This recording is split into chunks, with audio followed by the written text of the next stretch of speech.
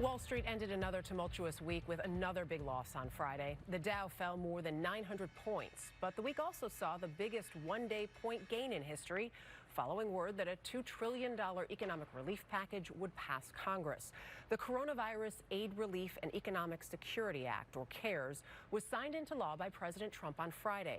Joining us to talk about what is in the package and how it may affect you is CBS News senior business analyst Jill Schlesinger. Jill, let's start right there. How is this bill going to affect Americans? What are the big takeaways?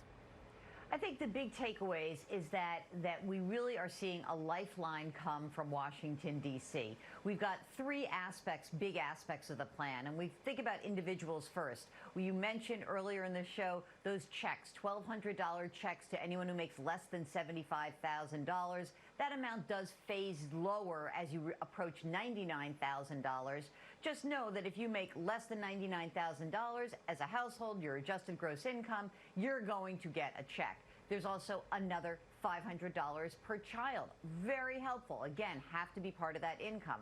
But for individuals, the biggest aspect to me is the expanding of the unemployment benefits. So the government is tacking on 13 weeks to whatever the maximum is in your state, and also providing a check of $600 a week on top of whatever your state unemployment benefit is. So that's for the individuals. There's relief for small businesses and corporations. I think the small business part is really important. There are loans that are available to cover your payroll, your rent, your utilities, and those loans from the SBA through the Small Business Administration would be forgiven as long as you have the same amount of money going out towards payroll that you for the next 8 weeks that you did in the prior run-up to the virus. Joe, when do people get these checks and how?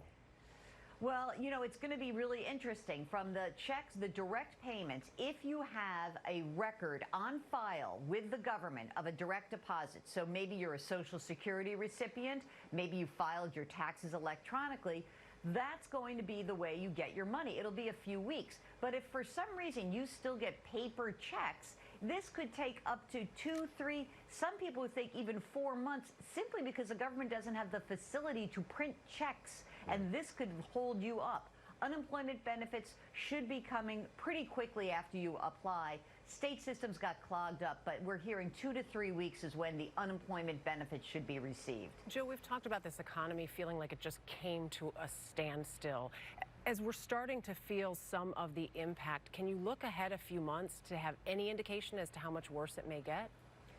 Well, I think that we're at the tip here, and we're clearly in a recession. We had the IMF chief say that the world is already in a recession. Many of the economists I speak to say that this is at least sort of a march through the summer event. So we're going to see a recession, which is loosely defined as 2 negative quarters in a row. But I think that we're going to see the economy really come to a halt right now, slowly start to begin to unwind a little bit.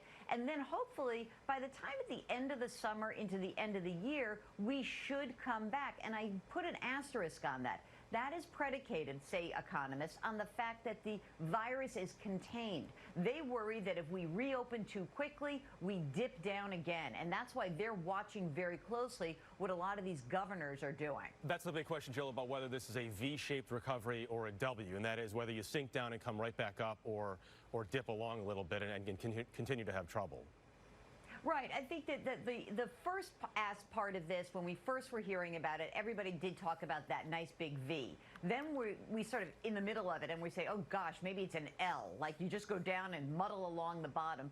But I think that we're sort of looking at probably a U, and hopefully that means that we sort of bounce around the bottom and then come back up.